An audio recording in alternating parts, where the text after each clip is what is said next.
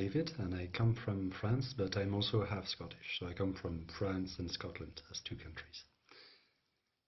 I speak a few languages, but only like two fluently, English and French. I speak German at an intermediate level, and I speak a little bit of Russian, of Spanish, and currently I live in Mongolia, so I speak a little bit of Mongolian as well. So for me, identity is more based on your experiences than where you come from. For example, if you've lived in different countries, if you've studied in a certain place with certain people, or if you had lots of jobs, or if you like traveling, lots of things like that. The things you end up doing, I think, are the things that really shape you, and especially the people you meet while you do things like this. So the different groups of people you will have memories with, the people with who you shared experiences. Your friends, your family, sometimes your co-workers or colleagues or people like that. I think all of these things are what shapes your identity. So for me, speaking a second language is quite important because my family is half in one country, half in another. And when I was little, I only spoke French, and I found it quite like a handicap when I went to see my family in Scotland, because then I would not be able to really communicate with them, and I'd feel quite, how do you say, I don't know, like just like a stranger basically. So it was very useful for me to learn how to speak English more fluently, and that's it mostly. It is a bit, yeah. Does it feel weird to speak two languages? Sometimes yes, but especially when you're learning it.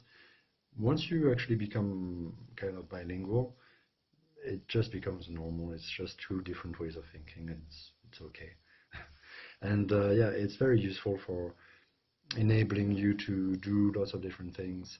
A language is just a tool, but it's one of the most useful ones in your life, and it can allow you to study where you want to study, to travel where you want to travel, to meet the people you want to meet, and to exchange with them on a deeper level.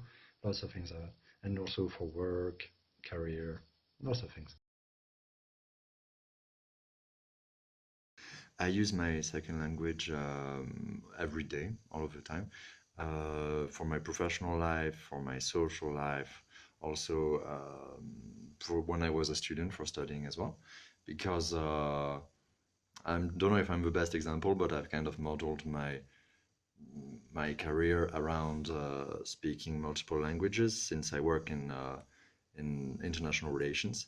And especially here in my work here in Mongolia, I work in a French cultural center, so I have to speak in French and in English every day. Also in a little bit sometimes of Mongolian as well, but that's not a second or third or even fourth or fifth language for me because I speak so little of it. But anyway, I use my second language every day and for work, social, and before when I was a student for studying as well.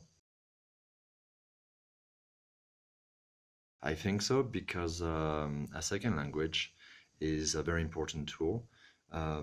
It depends, of course, of what kind of career you're planning to do, or not even that, but just what kind of life you want. If you like traveling, things like that, it can help you a lot. It's a very important tool, and sometimes in some situations uh, you'll feel handicapped actually if you don't have a second language sometimes. I use my language skills every day. French, English, sometimes a bit of some other languages that I speak a little bit of. It's important to practice, of course, so it's good to find yourself in situations where you will have to use your second language, and sometimes if you have like third or fourth language, every day and in different kind of different situations, in work situations, in social situations.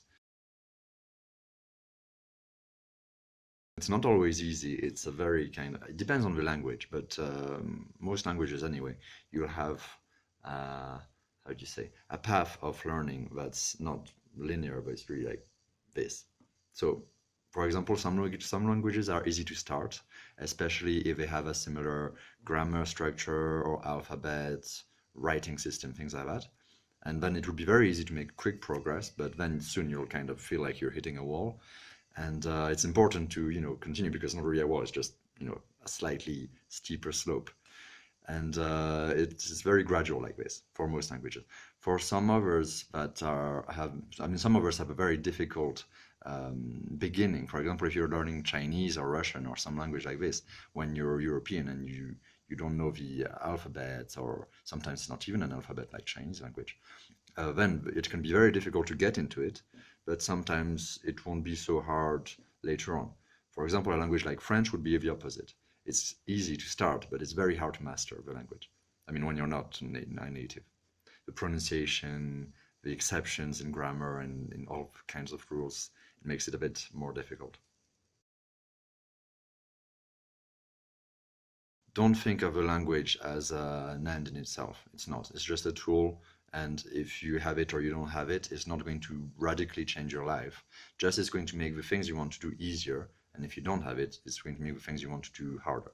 Of course, it depends on the person and on your dreams, on your ideas of what you want to do in the future, but for a lot of people, it's really useful to learn that and to start very early as well.